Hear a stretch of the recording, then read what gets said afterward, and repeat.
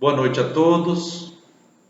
Hoje, dia 6 de abril de 2020, neste canal da Fundação Espírita Lar de Nazaré, uma casa espírita de Rondonópolis, da qual eu frequento, nós vamos iniciar os estudos para que a gente fique conectados também, usando os recursos que a divindade nos proporciona para a divulgação e para o estreitamento de laços, porque já vai por alguns dias que nós estamos isolados uns dos outros socialmente, mas essa possibilidade da comunicação virtual possibilita que a gente esteja juntos e reunidos em torno do Evangelho de Jesus. Como sempre, toda a proposta nós devemos elevar os nossos pensamentos em oração, pedindo a Deus a sua aprovação, a sua misericórdia, que Jesus, através dos bons espíritos, possa nos inspirar para que nós possamos levar a mensagem de amor e luz para os nossos corações, que nessas épocas de tribulação estamos todos assustados. Nós, espíritos estudiosos das leis divinas, da relação do mundo espiritual com o mundo material, nós sabemos que tudo acontece com a permissão de Deus para o bem de todos nós. Se a gente pensar como unidade, como único, a gente vai ver que não é bom às vezes o que acontece, mas se a gente olhar como um todo, como a humanidade em todo, o futuro será promissor. Sempre. Depois de uma grande tempestade, virá a bonança, a limpeza, o ar puro, as plantas felizes e a produção será farta. Então, nesses tempos de coronavírus, nós estamos aproveitando para estreitar os laços de amizade e aprender também a usar as ferramentas que estão aí a postos nesses tempos modernos para a aproximação e para a divulgação da palavra amorosa de Jesus. Então vamos fazer uma oração, rogando a Deus a sua bênção, pedindo perdão pelas nossas faltas, nossas fraquezas. E como pedintes, Jesus, nós te pedimos mais misericórdia para com todos nós, paciência para as nossas rebeldias e luz para a proposta que hoje nós estamos assumindo neste canal, em nome dessa instituição que nos recebe e nos acolhe sempre aqui em Rondonópolis. Guarda nossos corações e abençoa todos os nossos irmãos de todas as denominações religiosas que estão esforçando para que o rebanho que o Senhor confiou a cada uma dessas instituições possa permanecer unidos em oração para que essa tempestade passe logo. Que a sua bênção fortaleça os nossos sentimentos para que a fé e a comunhão contigo esteja sempre presente em nossas vidas, hoje e sempre, que assim seja. Então, nós estamos seguindo o livro Jesus no Lar, combinamos com nossos irmãos ali que congregam naquela casa espírita junto conosco, Fundação Espírita Lar de Nazaré de Rondonópolis, que nós iríamos adotar o livro Jesus no Lar, que de segunda a sexta estaríamos fazendo uma lição, para que cada um possa fazer as suas ponderações, as suas reflexões a respeito do texto, que é um acontecimento íntimo, sempre na casa de Simão Pedro, onde Jesus reunia com os discípulos depois dos afazeres do dia. Ali, certamente esperando o alimento noturno, eles aproveitavam para tirar as dúvidas e também para os discípulos receber os ensinamentos mais íntimos com Cristo.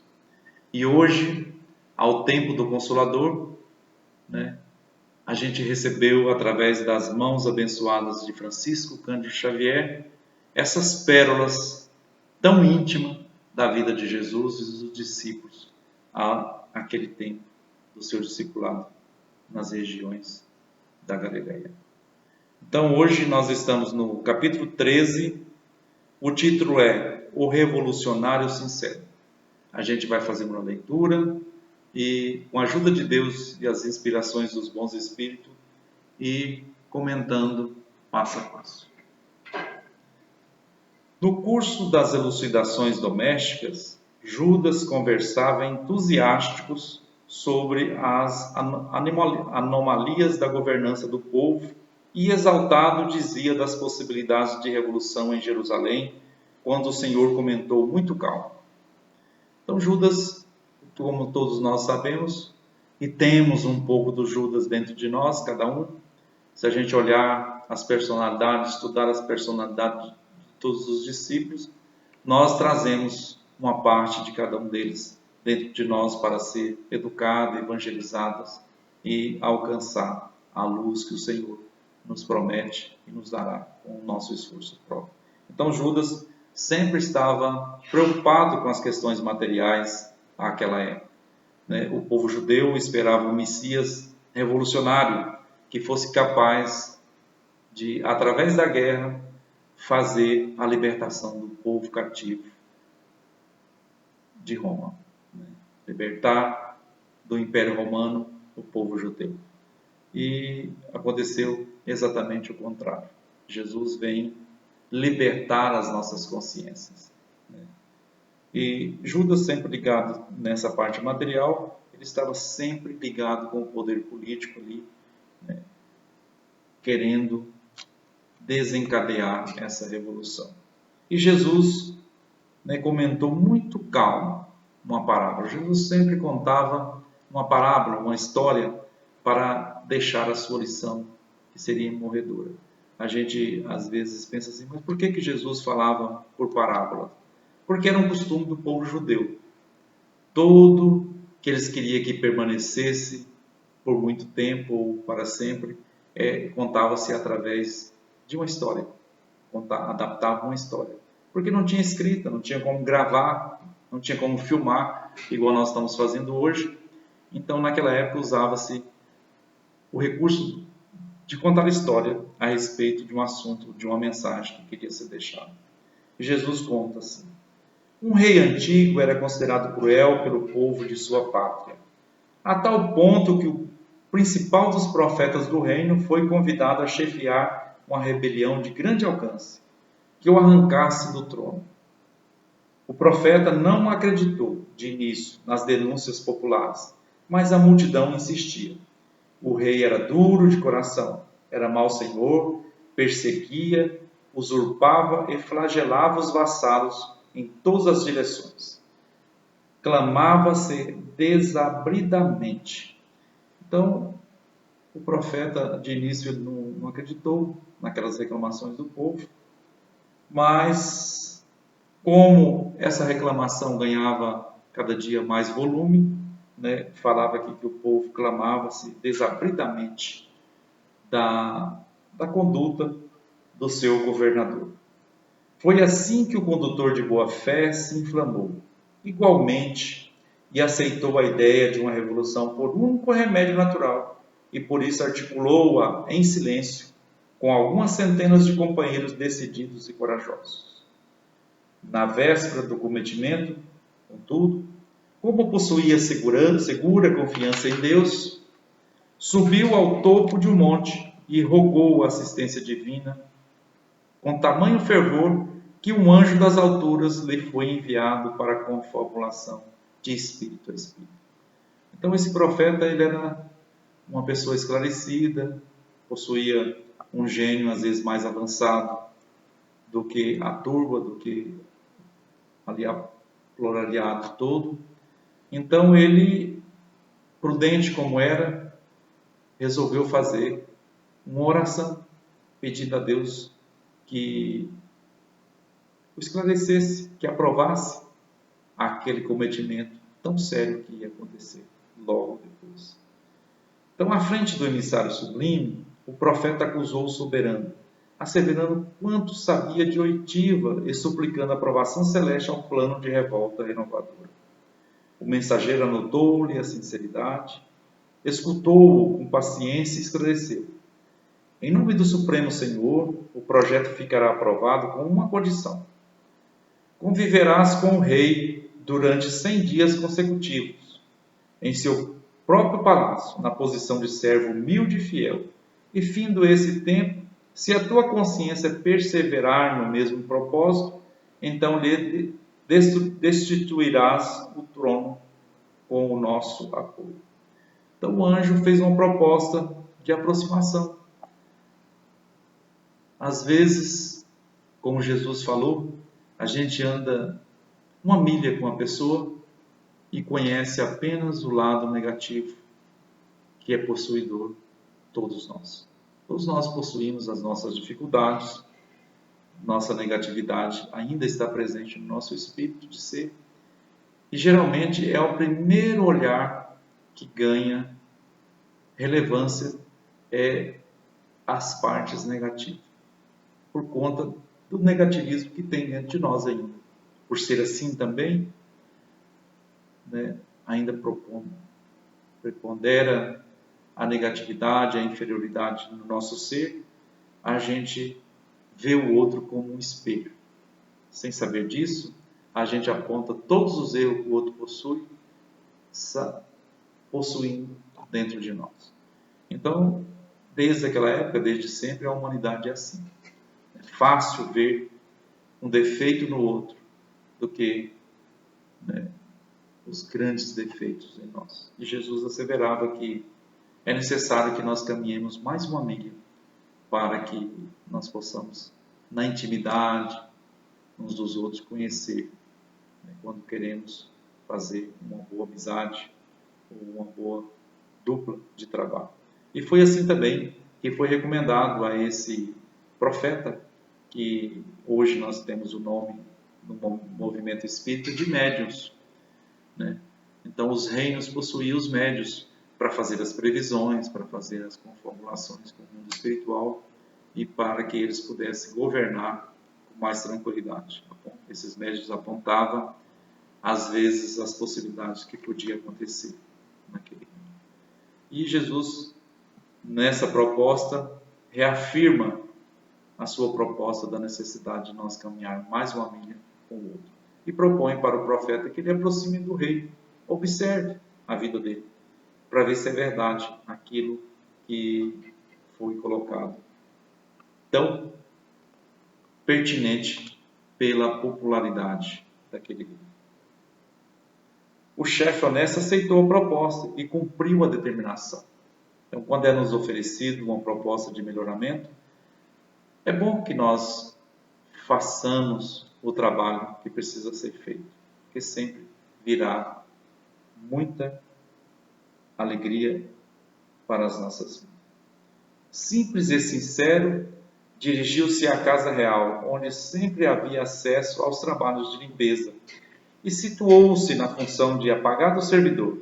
No entanto, tão logo se colocou a serviço do monarca, reparou que ele nunca dispunha de tempo para as menores obrigações alusivas ao gosto de viver. Levantava-se rodeado de conselheiros e ministros impertinentes. Era atormentado por centenas de reclamações de hora em hora. Na qualidade de pai, era privado da ternura dos filhos. Na condição de esposo, vivia distante da companhia. Além disso, era obrigado frequentemente a perder o equilíbrio da saúde física em vista de banquetes e cerimônias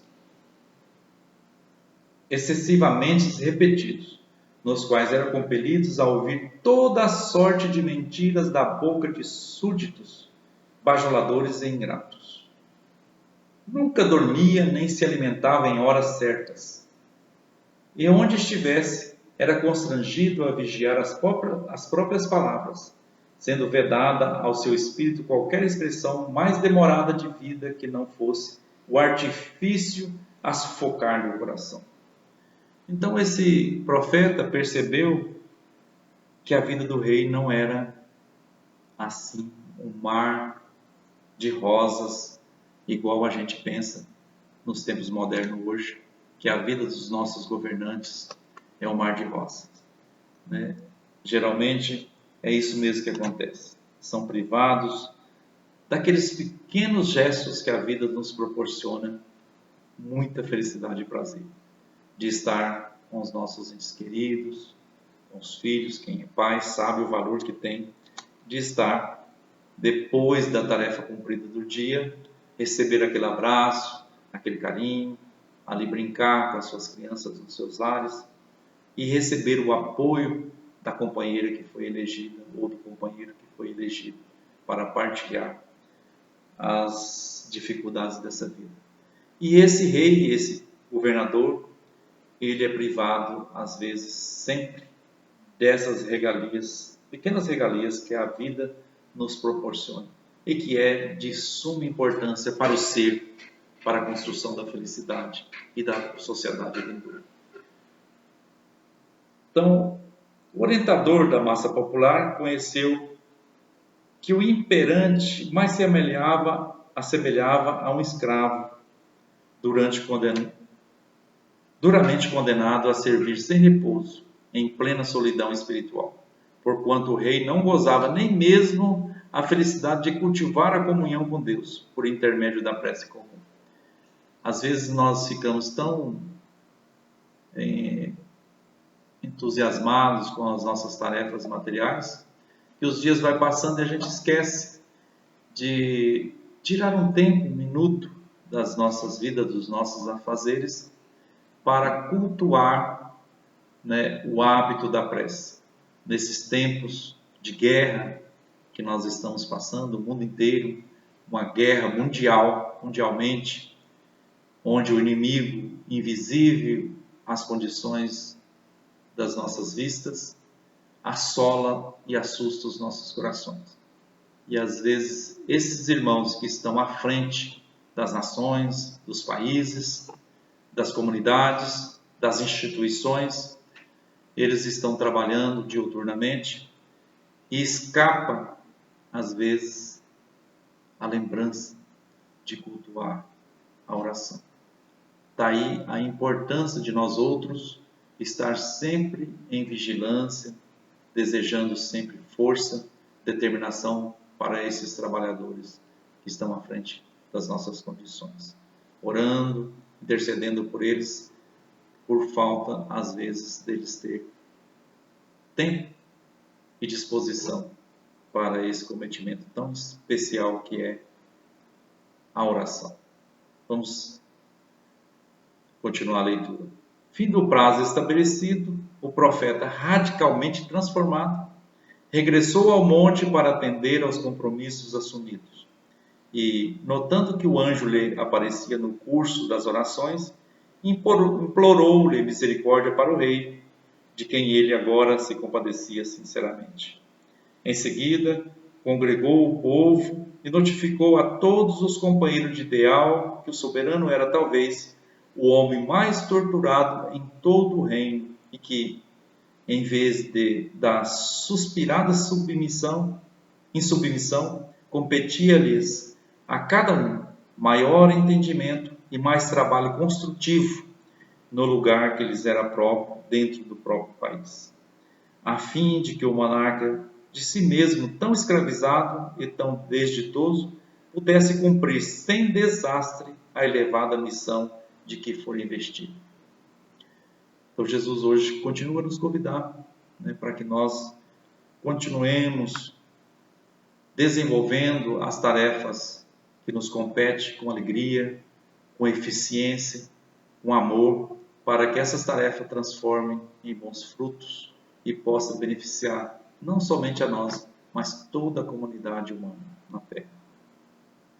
E a gente viu aqui que depois que o profeta caminhou mais um pouco, esteve mais perto do seu governador, do seu soberano, do seu companheiro de caminhada, ele percebeu que a vida daquele homem era igualmente sofrida como a sua mesma. Tinha as suas tribulações, as suas dificuldades. E é isso que às vezes o momento está nos convidando, para a gente perceber, olhar e ver o outro. Que o outro também é um ser que está como nós, caminhando com as mesmas dificuldades nesse mundo que nos reúne através das leis de afinidades. Todos nós, se não temos o mesmo problema, temos problemas muito parecidos. Se não temos as mesmas condições de resolver, nós também somos companheiros de sofrimento, angústias e outros sentimentos que é característico da nossa condição. Nós espíritas sabemos que um dia isso vai passar. Com o esforço próprio que cada um vai fazendo, a gente vai alcançar, através do entendimento da vontade de Deus, a tão desejada salvação, que hoje pode ser trocada pela a evolução moral. Salvar-nos do egoísmo, da vaidade, do orgulho, é fundamental para construirmos uma sociedade, uma individualidade feliz. E é essa a proposta do Evangelho. Então, e assim a rebeldia foi convertida em compreensão e serviço. Depois da gente caminhar certo tempo com aquele companheiro, percebendo, a gente vai tornar amigo. Quem nunca brigou ou discutiu com aquelas pessoas que estão caminhando junto? E depois a gente aproxima, a gente faz uma lista grande dos defeitos dessas pessoas, e ao caminhar junto com essa pessoa, humildando os nossos corações, a gente vai perceber que essa pessoa tem muita riqueza, tem muitas qualidades, que possa somar com aquilo que nós desejamos na construção de uma vida melhor para nós e para toda a comunidade. Então, assim a rebeldia foi convertida em compreensão e serviço. Nós temos que compreender e trabalhar para que nós possamos assim vencer todas as dificuldades que a vida material nos impõe.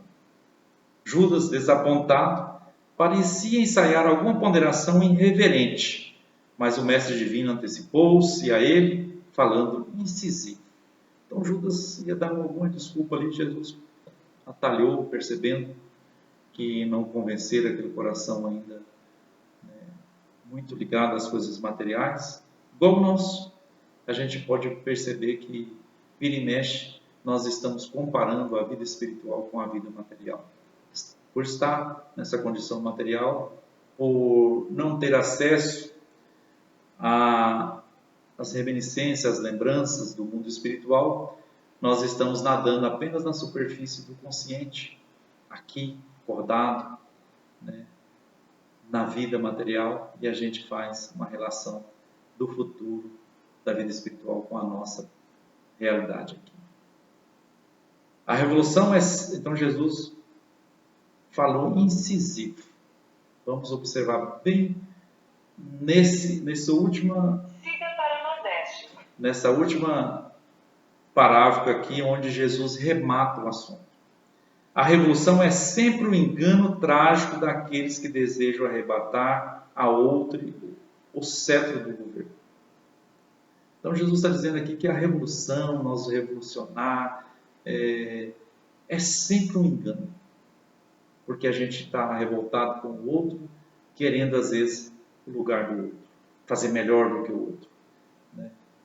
E a gente tem que converter-se em compreendedor e trabalhador, como foi dito em cima. Quando cada servidor entender o dever que lhe cabe no plano da vida, não há disposição para a indisciplina, nem tão pouco para a insubmissão. A gente pensa que a submissão é para espíritos fracos, para os pobres, mas na verdade a submissão aos serviços e aos deveres da vida é para aqueles que dão conta de cumprir a vontade de Deus aqui na Terra, nessa condição. A gente vê, dá uma olhada nesses nossos irmãos que passaram na vida material, que foram extremamente humildes e submissos à vontade do grande soberano, são hoje os pontos de luz a indicar a presença de Jesus para todos nós. Nós, graças a esses nossos irmãos, podemos hoje caminhar mais seguramente no caminho que é a verdade e a vida. Como, por exemplo, o nosso Francisco Cândido Xavier, que através da materialização, através da psicografia, da escrita, nos deixou um grande acervo de luz, que se a gente fazer bom uso, a gente vai chegar em Jesus, com certeza. Então, mais uma vez, o Evangelho nos convida à autorreflexão, o autoconhecimento e também a necessidade da gente ver, compreender o outro que está a caminho conosco, às vezes em postos de mais responsabilidade, e a gente, ainda não tendo condições de estar no seu lugar, a gente só tem condição de criticar, de denegrir, de destruir. Façamos o contrário na ação do Cristo, que é o Brasil inteiro. Ajudemos os nossos governadores.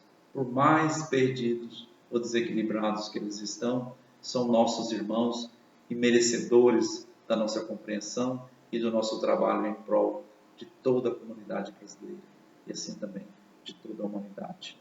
Jesus é o grande mestre por excelência, nos ensinando comportamentos de vida que nos trará muita alegria e felicidade. Então, fica aqui, essa lição trazida pelo nosso Francisco Cândido Xavier, hoje atendendo às necessidades que o nosso Brasil está passando.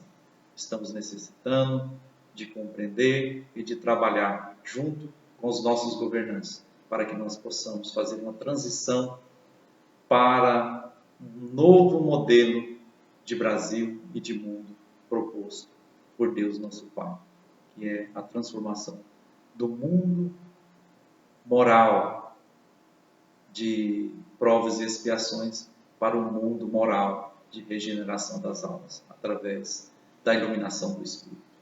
Porque a parte material já está pronta. Nossa terra maravilhosa tem tudo para nos oferecer.